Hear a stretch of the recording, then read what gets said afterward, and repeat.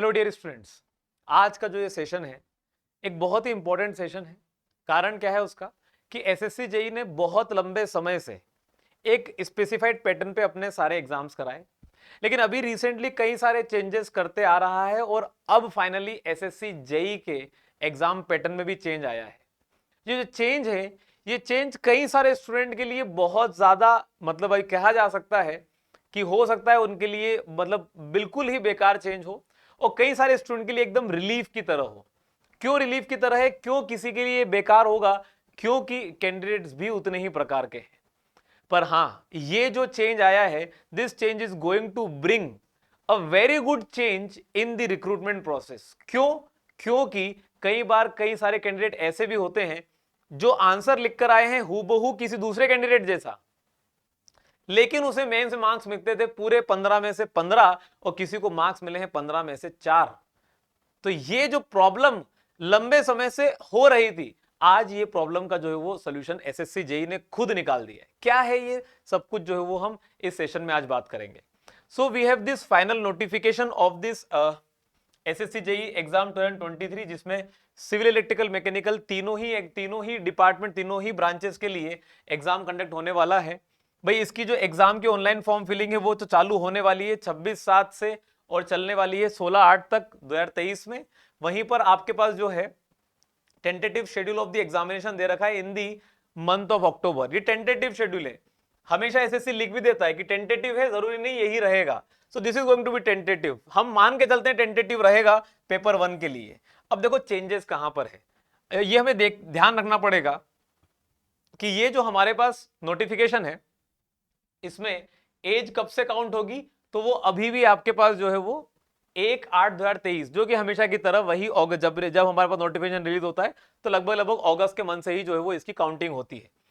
अब हमारे पास यहां पर एक जो चेंज किया गया है, वो चेंज क्या किया गया, ऑलमोस्ट सारी चीजें सेम है जो हर साल आती है, जो ऑलमोस्ट सारी चीजें सेम है जो हर साल आती है कि सिविल, इलेक्ट्रिकल, मैकेनिकल के लिए जिन जिन अलग अलग डिपार्टमेंट में जो जो हमारे पास एज लिमिट होती है वो ऑलमोस्ट सेम है। बस चेंज आ गया है सेंट्रल वाटर कमीशन के अंदर कि भाई आपके पास यहां पर जो ये एज लिमिट है थोड़ी चेंज हो गई है।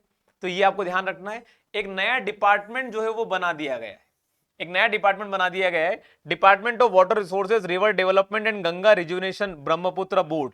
तो ये आपको ध्यान रखना है कि अभी जो रिसेंट नई स्ट्रेटेजीज हैं इंटरलिंकिंग ऑफ द रिवर्स, उसके थ्रू हमारे पास ये जहां पे देख पा रहे हो आप, department of water resources river development. तो रिवर डेवलपमेंट के अंदर हमारे पास जितने भी रिवर जो खराब हो चुके हैं या खराब हो रहे हैं उनका हमारे पास रिजुविनेशन, गंगा रिजुविनेशन हो गया, रिवर का डेवलपमेंट हो गया, वो वाला पार्ट जो है वो ऐड हो चुका है। लेकिन इसी में आगे बता रखा है कि इसमें कितने नंबर ऑफ सीटें हैं वो बताया नहीं गया है। तो ये एक इंपॉर्टेंट अपडेट है जो कि इस बार हमारे पास एक नया डिपार्टमेंट एड अप हुआ है। बाकी सारे डिपार्टमेंट ऑलमोस्ट वही है, कंडीशंस वही है, कोई ज्यादा चेंजेस है नहीं। पर हां, इस बार जो है वो आपके पास टेंटेटिव वैकेंसीज भी दे दी गई है। क्यों टेंटेटिव लिखा हुआ है? क्योंकि कहीं कहीं पर वैकेंसीज के चेंज होने के चांसेस बिल्कुल हैं। तो सिविल में कितनी वैकेंसीज, इलेक्ट्रिकल में कितनी वैकेंसीज, मैकेनिकल में कितनी वैकेंसीज, ये इस बार बिल्कुल क्लियरली मेंशन कर दिया गया है, जो हर बार नहीं भी होता है। हर बार नहीं होता है वो इस बार मेंशन कर दिया गया है। और साथ ही साथ यहां पर मेंशन किया गया है कि vacancies to be intimated in the due course, किसके लिए? जो एक नया डिपार्टमेंट ऐड हुआ है उसके लिए। अभी आगे आने वाले समय में ये एड अप हो जाएगी। कितनी हो सकती है? This can be a very good change. अभी आप देख पा रहे हो total number of vacancies civil, electrical, mechanical सभी के लिए मिला के there are near about 1324 vacancies हैं। अगर जिस डिपार्टमेंट की वैकेंसीज डिफाइन नहीं की गई है, if there is going to be a mass recruitment, तो हो सकता है कि ये 300 से ज्यादा वैकेंसीज पर रिक्रूटमेंट हो। And if it is into the initial phase, और हो सकता है कि वो वैकेंसीज हमारे पास 100 से भी कम निकल कर आए। तो ये दोनों चांसेस हैं। तो नियर अबाउट वैकेंसीज जो पिछले साल निकल कर आई थी उससे थोड़ी सी कम ही है, बहुत ज्यादा वैकेंसीज नहीं है। बट आपको फिर भी ध्यान रखना है कि this is a very good opportunity. SSC हमेशा बहुत अच्छी अपॉर्चुनिटी लेकर आता है, और इस बार तो अपॉर्चुनिटी में मतलब सोने पे सुहागा जैसी सिचुएशन डेवलप हो गई है। कैसे डेवलप हो गई है उसको जरा समझते हैं। आपको जो है वो यहां पर ये सारी चीजें ऑलमोस्ट सेम है कि कौन कौन सी पोस्ट के लिए किस किस में आपको कितना कितना एज लिमिट है, वो सारी चीजें वैसी की वैसी, ऑलमोस्ट कोई चेंज नहीं है। यहां पर आपको ध्यान देना है कि स्कीम ऑफ एग्जामिनेशन किस तरह से बना दिया गया है इस बार। Computer based examination will be conducted in 2 papers as indicated below, paper 1, paper 2। Paper 1, paper 2 दोनों कैसे बना दिए गए हैं? आपके पास कंप्यूटर बेस्ड बना दिए गए। कैसे बना दिए गए? कंप्यूटर बेस्ड बना दिए गए। मतलब पेपर 1 जो हमेशा जैसा होता आया है वैसा ही है। जनरल इंटेलिजेंस एंड रीजनिंग पहले भी 50 क्वेश्चन 50 मार्क्स के आते थे। जनरल अवेयरनेस पहले भी पेपर 1 में 50 क्वेश्चन 50 मार्क्स के आते थे। और सिविल, इलेक्ट्रिकल, मैकेनिकल कोई भी आपकी ब्रांच होती थी उसी से 100 क्वेश्चन आते थे 100 मार्क्स के। 2 घंटे मिला करते थे और वो पहला वाला पेपर जो है वो कंप्यूटर बेस्ड ही होता था। जितने लोग इसमें क्वालिफाई करते थे वो पेपर 2 के लिए क्वालिफाई होते थे और पेपर 2 सब्जेक्टिव हुआ करता था। इस बार चेंज हो गया है। The paper 2 has been again made computer based examination. इसे भी कंप्यूटर बेस्ड एग्जामिनेशन बना दिया गया है। 300 मार्क्स का पेपर, सॉरी आपके पास जो है वो 100 नंबर ऑफ जो है वो क्वेश्चन होने वाले हैं, 300 मार्क्स हो जाएंगे। इसके लिए अभी भी आपको 2 घंटे ही मिलने वाले हैं। 2 घंटे ही मिलने वाले हैं। तो यहां पर जो ये जरूरी इंफॉर्मेशन है, नंबर ऑफ क्वेश्चन पेपर 1 में अगर आप देख रहे हो तो आपके पास टोटल 200 क्वेश्चन होते थे, 2 घंटे में करने होते थे। ठीक है, अब आपके पास सिचुएशन क्या बन गई है? 100 क्वेश्चन है 2 घंटे में करना है। 100 क्वेश्चन है 2 घंटे में करना है। एक क्वेश्चन के लिए now you are going to get a more number of time. ठीक है, आपके पास मोर अमाउंट ऑफ टाइम आपको मिलने वाला है। तो इसका मतलब यह है, आप समझ लीजिएगा जो आपका पेपर 2 है वो पेपर 2 आपके लिए इसका जो लेवल है वो लेवल अब होने वाला है अच्छा खासा। ये कैसे कह पा रहा हूं अच्छा खासा होने वाला है? क्योंकि इन्होंने इसी के अंदर बताया है, इसी के अंदर बताया है कि आपके पास यहां पर आप जो है वो कैलकुलेटर का यूज कर सकते हो। ठीक है, candidates are allowed to bring their own slide rules, calculator, logarithmic table and steam tables. ठीक है, फॉर द पेपर 2 ओनली। मतलब पेपर 2 में आप ये सारी चीजों का यूज कर सकते हो। ये डाटा अगर नहीं मेंशन रहा तो भी ऐसे क्वेश्चन आ सकते हैं। ठीक है, they are not allowed for using such aids in the paper 1। मतलब पेपर 2 का लेवल अब जो है वो अच्छा खासा होने वाला है। और ये वाली चीज जो है वो हर एक बच्चे को जो है वो एक रिलीफ देने वाली है। कारण उसका ये, कई बार बहुत ज्यादा पढ़ना पड़ता था, हर एक अलग अलग रीजन की अलग अलग कॉपीज अलग अलग जगह चेक होती थी। किसी रीजन में चेकिंग बहुत लीनियंट हो रही है तो किसी रीजन में चेकिंग बहुत टफ हो रही है। जिस लेवल ऑफ कैंडिडेट, जो सेम लेवल ऑफ कैंडिडेट होते थे, इसके नंबर ज्यादा आ जाया करते थे किसी अलग जोन में और इसके नंबर और कम हो जाया करते थे किसी अलग जोन में। 2 सेम लेवल ऑफ कैंडिडेट, एक जैसे लेवल ऑफ कैंडिडेट हैं, एक हमेशा हार मान रहा है और एक हमेशा जीतते जा रहा है। ये ऐसा क्यों हो रहा है?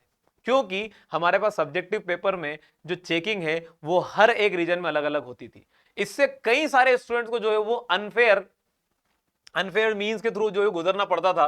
किसी के बहुत अच्छे आंसर लिखने में भी नंबर नहीं मिल रहे हैं, किसी के इसमें अच्छे आंसर लिखने पर, ठीक है, जो है वो खराब आंसर लिखने पर भी नंबर अच्छे मिल जा रहे हैं। अब वो कंप्लीटली कंप्यूटर बेस्ड हो गया है तो उसमें अब कहीं पर भी कोई दिक्कत नहीं होगी। प्रिपरेशन करना बहुत आसान, अच्छे स्टूडेंट के लिए यहां पर अपॉर्चुनिटी बहुत अच्छी हो गई है। अब जरा देखो ये इतने चेंज आने से और क्या चेंज आए हैं, आपको ये बात ध्यान देना है। Candidate will be required to attempt, जो वो पहले वाले पेपर में जिन चीजों को अटेम्प्ट करेगा सेकंड वाले पेपर में भी वो वही अटेम्प्ट कर सकता है, पहले भी हुआ करता था। The paper 1 and paper 2 will consist of objective type multiple choice question, जो दोनों हिंदी और इंग्लिश में रहेंगे। ये एक बहुत अच्छा रिलीफ है एसएससी की तरफ से। दोनों ही केस में, पेपर 1 हो या पेपर 2, दोनों में ही नेगेटिव मार्किंग इक्वल टू 1/3 रहेगी। मतलब पहले वाले में अगर 1 मार्क का एक क्वेश्चन होता है पेपर 1 में तो 0.33 की नेगेटिव मार्किंग है। और वहीं पर हमारे पास अगर पेपर 2 की बात करते हैं 3 मार्क्स का एक क्वेश्चन है तो -1 की नेगेटिव मार्किंग होने वाली है। ठीक है, ये बात आप ध्यान रखिएगा। एक और जो इंपॉर्टेंट बात है यहां पर, मैं आपसे सिर्फ इंपॉर्टेंट बात ही करने वाला हूं। Marks scored by the candidate in the computer based examination जो भी रहेगा, ठीक है, वो हमारे पास नॉर्मलाइज होगा। ये पहले भी होता आया है। एक और बात जो ध्यान रखनी है कि there shall be no provision for re evaluation और rechecking of the scores of any of the papers या of any of the stages of the papers. पहले होता था मेंस में आप री इवेल्युएशन करा सकते थे, अब नहीं है। ऑब्जेक्टिव है, एक बार में सारा रिजल्ट निकल कर आएगा, आपको उसके लिए कोई भी री इवेल्युएशन का नहीं चांस मिलेगा। अब जो आपको बात ध्यान रखना है वो यहां पर है, जो मोड ऑफ सिलेक्शन है, कैसे सिलेक्शन होगा। एक तो आपको ये बात ध्यान रखना है कि आप मिनिमम इस वाले कैटेगरी, इस वाले स्कोर क्राइटेरिया में तो आ ही जाएं। खैर इस वाले स्कोर क्राइटेरिया में जितने भी लोग आते हैं सिलेक्शन वाले इससे बहुत ऊपर पहुंच चुके होते हैं। ठीक है, तो ये बात ध्यान रखिएगा। एक और भी चीज आपको ध्यान रखना है, जो आपके पास सिलेक्शन होगा, ठीक है, जो फाइनल सिलेक्शन होगा आपके पास, वो आपको ध्यान रखना है। Final selection and allocation of organisation office will be made on the basis of the performance of candidates in paper 1 and paper 2। मतलब सिर्फ ऐसा नहीं होगा कि पेपर 1 आपने क्वालिफाई कर लिया और अब आप पेपर 2 में चले गए और पेपर 2 में जो आप स्कोर लेकर आओगे उसके बेसिस मेरिट बनेगी, नहीं, पेपर 1 पेपर 2 दोनों काउंट होंगे, दोनों काउंट होने के बाद उसकी मेरिट लिस्ट बनेगी। तो ये एक बहुत बड़ा चैलेंज है कि बच्चों के लिए कभी कभी ऐसा एग्जामों में होता है कि आप पहला वाला सिर्फ क्वालिफाई कर लो, दूसरे वाले का पूरा पूरा जो है वो क्राइटेरिया बनेगा, नहीं, यहां पर आपको नॉन टेक भी बहुत अच्छा करना पड़ेगा, तो नॉन टेक भी बहुत अच्छा करना पड़ेगा, दोनों के बेसिस पर आपका जो है वो यहां पर मेरिट लिस्ट तैयार होगा। आपको ये बात ध्यान देना है कि आपके पास जितना भी आपके पास कट ऑफ क्लियर हो रहा है, जितना भी आप जो है वो मार्क्स लेकर आ रहे हो पेपर 1 में, पहले वो अपने पेपर 1 के मार्क्स जितने भी स्कोर करेंगे based on the normalised marks scored in the paper 1, that is the CBT, जो भी आपके पास एग्जाम होगा, candidate will be shortlisted category wise to appear in paper 2। Same वही पैटर्न जो पहले हुआ करता था, लेकिन इस बार आपको ध्यान देना है कि पेपर 1 पेपर 2 दोनों ऑब्जेक्टिव है, तो दोनों एक साथ नहीं हो रहे हैं। पहले पेपर 1 आप देंगे, पहले पेपर 1 का फिर रिजल्ट आएगा, फिर आप उसमें क्वालिफाई होंगे, फिर पेपर 2 के लिए एलिजिबल होंगे। तो पेपर 1 और पेपर 2 में गैप तो मिलेगा, पेपर 1 पेपर 2 में गैप तो मिलेगा, लेकिन कितना गैप है अभी ये यहां पर नोटिफाइड नहीं है। उतना ही हो सकता है जितना कि हमारे पास पेपर जो पहले हुआ करता था 3 महीने का, 2.5 से 3 महीने का टाइम पीरियड जितना पहले हुआ करता था उतना ही लगभग अब होगा। अब बेनिफिट क्या मिलेगा, पेपर 2 दे देने के बाद हमारा प्रोसेस थोड़ा स्पीड अप हो जाएगा, क्योंकि कॉपी चेक करने में टाइम लगता था पहले, अब हमारे पास ऐसा कोई क्राइटेरिया नहीं है, सारी चीजें ऑनलाइन होंगी और कॉपीज तो हमारे पास जो है वो ऑनलाइन, जब पेपर ही ऑनलाइन हो रहा है, सीबीटी हो रहा है, तो कॉपी चेक करने में कोई दिक्कत होने वाली है नहीं। पेपर 2 भी अगर मल्टीपल शिफ्ट में होगा तो उसके थ्रू भी हमारे पास क्या होगा, जो है वो शिफ्ट वाइज होने पर नॉर्मलाइजेशन होगा ही होगा। आई होप ये सारे पॉइंट क्लियर हुए होंगे आपको। चलिए, so at last I would like to thank you all for joining in this session. और एक बात आप ध्यान रखिएगा, प्रिपरेशन की स्ट्रेटेजी क्या बने, आपको किस तरह से अब अपने माइंडसेट को लेकर चलना है, कैसे आपकी तैयारी अच्छे तरीके से हो सकती है, क्या शुरुआत से लेकर चलना है, ये बहुत सारी चीजें मायने रखती है, अभी से सोचना पड़ेगा। और उसके लिए we will be coming up with next video, जिसमें हम सिर्फ आपसे यही बात करेंगे कि how you can score better in any of your exam. तो बहुत सारी फालतू की बकवासें बिल्कुल भी नहीं होंगी, we will only be dealing with the exact content जो आपके पास होना चाहिए to qualify the exam. So thank you very much every one of you, मिलते हैं अगले सेशन में, टिल देन गुड बाय।